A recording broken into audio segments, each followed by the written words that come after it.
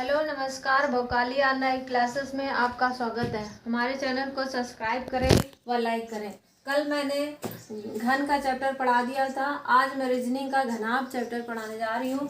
इसमें घन की तरह ही होता है, बस थोड़ा सा डिफरेंट होता है कि इसमें लंबाई चौड़ाई ऊंचाई तीनों अलग अलग होते हैं, जबकि घन में लंबाई चौड़ाई ऊंचाई तीनों सेम होते हैं। अब यहाँ पे मैंने घन का फिगर बनाया है। घन का फिगर बनाया, उसमें मैंने 8 कोने दिखाए। 1 2 3 4 5 6 7 और एक पीछे 8 होते हैं।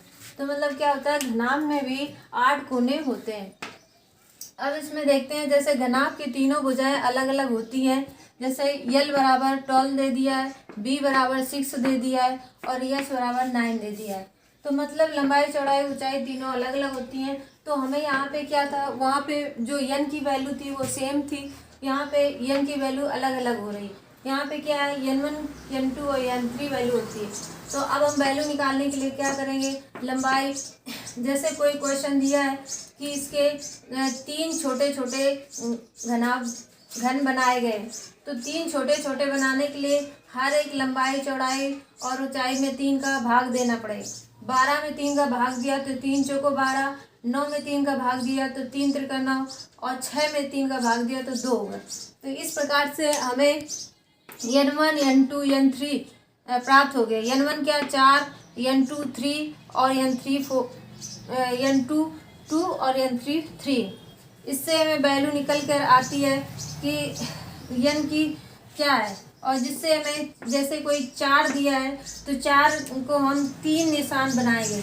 यहाँ पे हमने बनाया, जब लंबाई के 4 ये दिए N1, तो हमें 3 निशान बनाए, 1 2 3।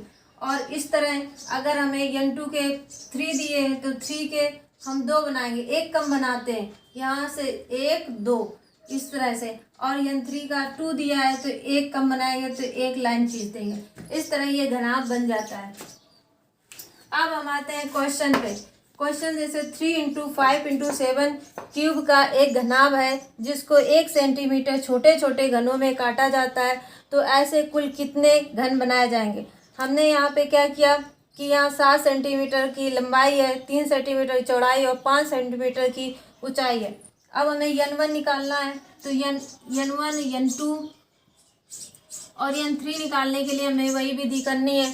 7 में 1 सेंटीमीटर घन की छोटे छोटे बनाने, तो लंबाई में 1 का भाग देंगे 7 आ जाएगा।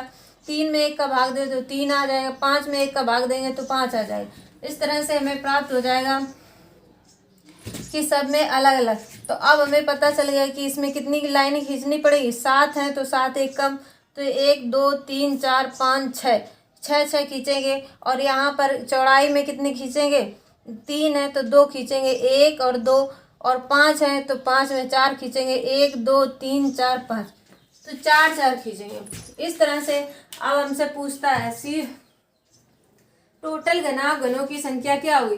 तो टोटल घनाभ घनों की संख्या हम कैसे निकालेंगे, कुल घनाभ संख्या बराबर होता है N1 into N2 into N3।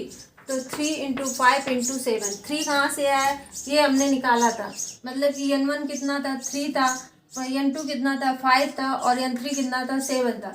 तो वो हमने यहाँ पे निकाला, तो गुणा किया 30 15 और 15 सत्ते 105। तो ये कितना आ गया, टोटल कुल घनाभ संख्या आ गई 105। अब इसके बाद हम निकालते हैं कि रंगहीन घनाभ सतह के अंतः केंद्रीय घनाभ क्या होंगे। तो रंगहीन सतह घनाभ की अंतः केंद्रीय घनाभ का फार्मूला दिया हुआ है, ये दिया है N2 - 2 N2 - 2 N3 - 2। तो यहाँ फार्मूला लगा देंगे, N1 - 2 N2 - 2 N3 - 2। तो हमें N1 कितना पता है, 3 है, 3 हमने लिखा, 3 - 2। N2 में कितना पता है, 5 है, तो 5 - 2। इसमें N3 हमें मालूम 7 - 2। तो ये कितना हो जाएगा, 3 में -2 में कम होगा तो 1 हो जाएगा। 5 में -2 कम हो गए तो 3 हो जाएगा। 7 में -2 कम हो गए तो 5 हो जाएगा। तो इस प्रकार से 3 × 5 = 15।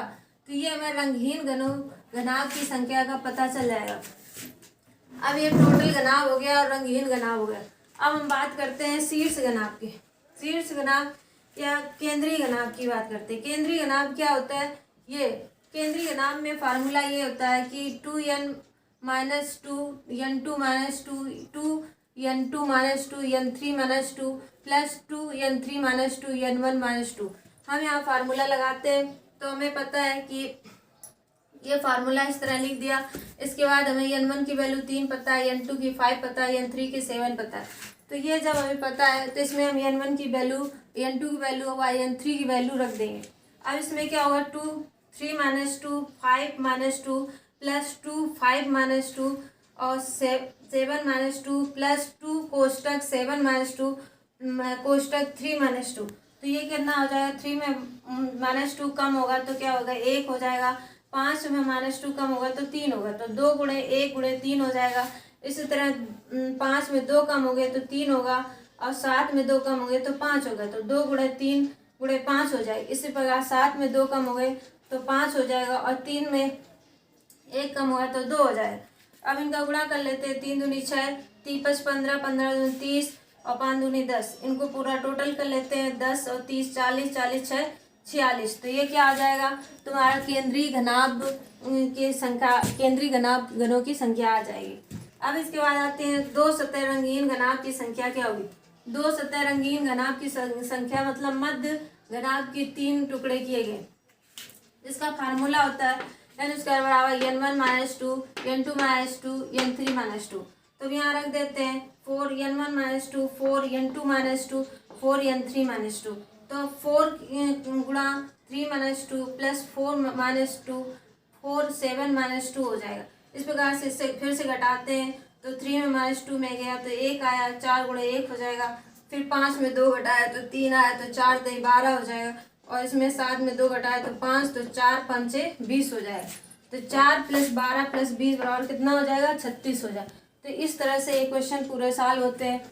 और शीर्ष घनाभ की संख्या 3 सतह में रंगे हुए, चाहे वो घन की हो चाहे घनाभ की हो, तीनों दोनों की बराबर होती है, तो वो 8 होगी। इस तरह से हमने पूरे क्वेश्चन आपको सॉल्व करवा दिया और घनाभ आपका हो गया। और थैंक यू, नमस्कार।